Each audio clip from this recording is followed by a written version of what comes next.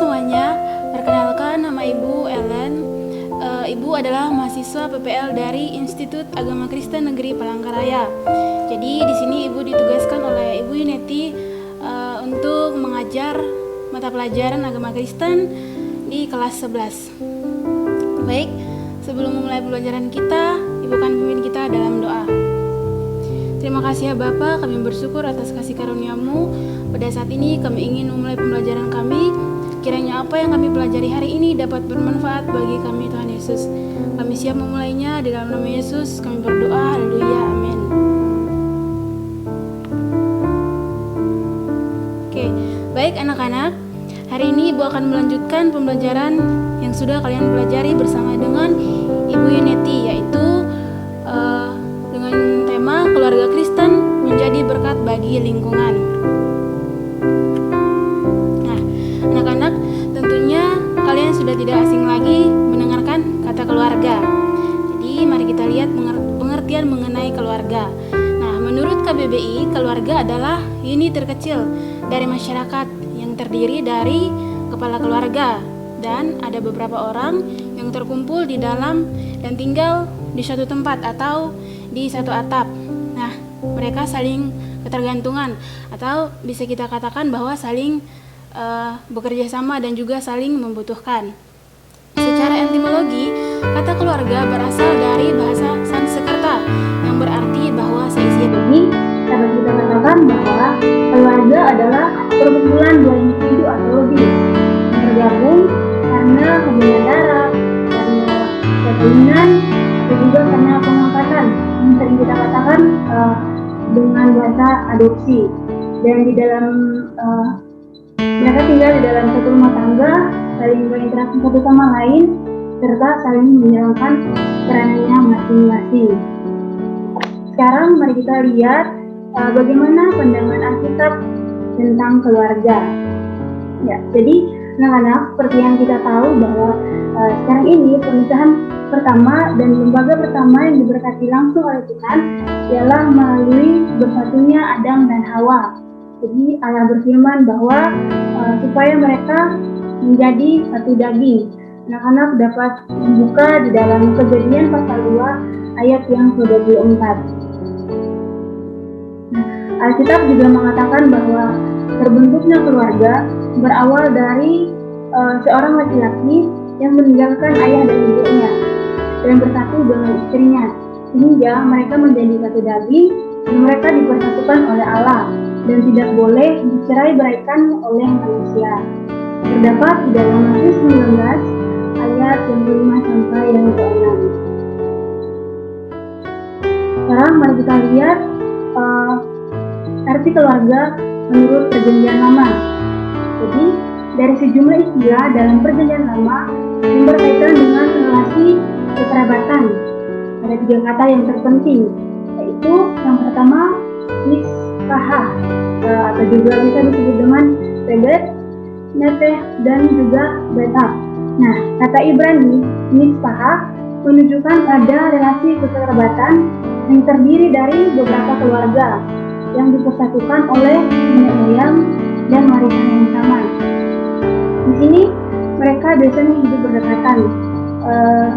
Biasanya mereka tinggal dalam satu kampung, mereka bekerja sama, dan juga mereka mengolah tanah warisan di sekitar kampung tersebut sebagai jaminan untuk keberlangsungan hidup mereka. Jadi para anggota dalam mispahah dipersatukan baik secara genealogis maupun secara biografis. Nah, perbandingan untuk kata ini dalam Alkitab menurut terjemahan baru, kata kaum artinya bahwa kelompok yang lebih besar daripada mispahah yang Ibu sebutkan tadi. Jadi bisa disebut juga sebagai sebet atau neteh yang biasanya diterjemahkan dengan suku. Sedangkan kelompok yang lebih kecil dari mispahah adalah betap atau artinya bahwa rumah bapa, yang biasanya diterjemahkan dengan keluarga. Nah, inilah 3 unit organisasi sosial yang didasarkan pada kekerabatan dalam Perjanjian Lama. Jadi anak-anak dapat membacanya di dalam Yosua 7 ayatnya yang ke-14. Baik, sekarang mari kita lihat Ada 5 ciri utama keluarga dalam perjanjian lama. Yang pertama yaitu endogami, artinya mengutamakan perkawinan antara anggota yang memiliki pertalian darah ataupun perkawinan dengan orang luar. Nah, biasanya hal ini hanya dilakukan oleh para elit politik. Misalnya seperti Salomo menikah dengan putri Firaun. Lalu yang kedua yaitu patrilineal, artinya keturunan yang dihitung mengikuti garis ayah dan bukan ibu. Yang ketiga patriarkal, artinya bahwa bapak keluarga adalah sekaligus kepala keluarga. Jadi berarti bahwa dialah penguasa. Nah, di dalam masa Ibrani dikatakan bahwa Baal, artinya dia yang memegang kekuasaan serta perlindungan di dalam keluarga tersebut. Lalu yang berikutnya yaitu patrilokal, artinya pria membawa istrinya ke dalam rumah keluarganya. Jadi artinya bahwa istrinya harus mengikuti suaminya dan tinggal bersama suaminya di dalam rumahnya. Lalu yang terakhir yaitu gabungan antara sebuah keluarga yang berarti keluarga besar. Jadi terdiri dari 2 atau 3 generasi, bahkan bisa juga lebih. Baik, sekarang mari kita lihat arti keluarga dalam perjanjian baru. Nah, di dalam PB, kata keluarga merupakan terjemahan dari 2 kata Yunani. Yang pertama, patria, dan yang kedua, oikos. Kata patria disebutkan 3 kali di dalam perjanjian baru, yaitu di dalam Lukas pasal 2 ayat 4, Kisah Para Rasul 3 ayat yang ke-25, dan Efesus 3 ayat yang ke-14. Umumnya lebih berarti bahwa keturunan atau garis keluarga. Nah, kata oikos lebih banyak dipakai dalam perjanjian baru. Ini yang secara harfiah berarti rumah. Artinya bahwa keluarga besar seperti yang Ibu katakan tadi di dalam perjanjian lama. Nah, di dalamnya ada anggota yang terikat karena perkawinan, karena pertalian darah, sekaligus orang yang terikat karena tugas dan tanggung jawab, seperti budak, pelayan, pekerja, ataupun klien. Nah, di dalam PB juga sama seperti PL, keluarga juga mencakup milik dan harta benda. Sekarang mari kita lihat mengenai tipe keluarga. Jadi di sini tentunya anak-anak pastinya pernah mendengarkan kata-kata ini, tapi mungkin belum tahu apa artinya. Jadi mari kita pelajari bersama-sama. Yang pertama yaitu keluarga inti. Nah, yaitu suatu rumah tangga yang terdiri dari suami, istri, dan anak kandung. Lalu yang kedua, keluarga besar, yaitu keluarga inti ditambah dengan keluarga lain yang mempunyai hubungan darah, misalnya kakek, nenek, keponakan, paman, ataupun bibi. Lalu yang ketiga, keluarga diat, artinya suatu rumah tangga yang terdiri dari suami dan istri tanpa anak. Lalu yang keempat yaitu single parent, artinya bahwa yaitu suatu rumah tangga yang terdiri dari satu orang tua, baik itu ayah maupun ibu, dengan anak kandung maupun anak angkat. Nah, kondisi ini dapat disebabkan oleh perceraian ataupun oleh kematian.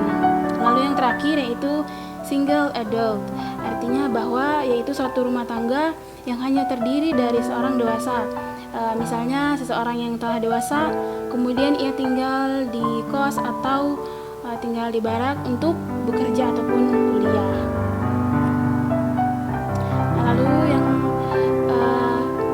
berikutnya yaitu tipe keluarga non-tradisional. Nah, yang pertama yaitu unmarried teenage mother, artinya keluarga yang terdiri dari orang tua, terutama ibu, dengan anak dari hubungan tanpa menikah. Lalu yang kedua yaitu disparate family, artinya keluarga dengan orang tua tiri. Lalu yang terakhir yaitu community family, artinya berpasangan keluarga yang tidak ada hubungan saudara namun hidup bersama dalam satu rumah. Nah, anak-anak, itu tadi penjelasan mengenai pengertian keluarga, baik itu secara umum maupun menurut pandangan Alkitab. Jadi sekian pembelajaran kita hari ini. Ibu dapat menyimpulkan bahwa keluarga adalah individu yang terkait dalam hubungan darah, perkawinan atau adopsi yang hidup bersama dalam satu atap ataupun terpisah, namun masih memiliki keterkaitan dan berinteraksi satu sama lain serta mempunyai peran dan bertujuan untuk menciptakan, mempertahankan budaya, meningkatkan perkembangan fisik, psikologis dan anggota sosial. Oke, baik anak-anak, pembelajaran kita cukup sampai di sini saja dan Ibu akan berikan kalian 5 soal untuk dikerjakan. Ibu tunggu sampai jam pelajaran kita selesai. Baik, sampai ketemu minggu depan. Shalom, Tuhan Yesus memberkati.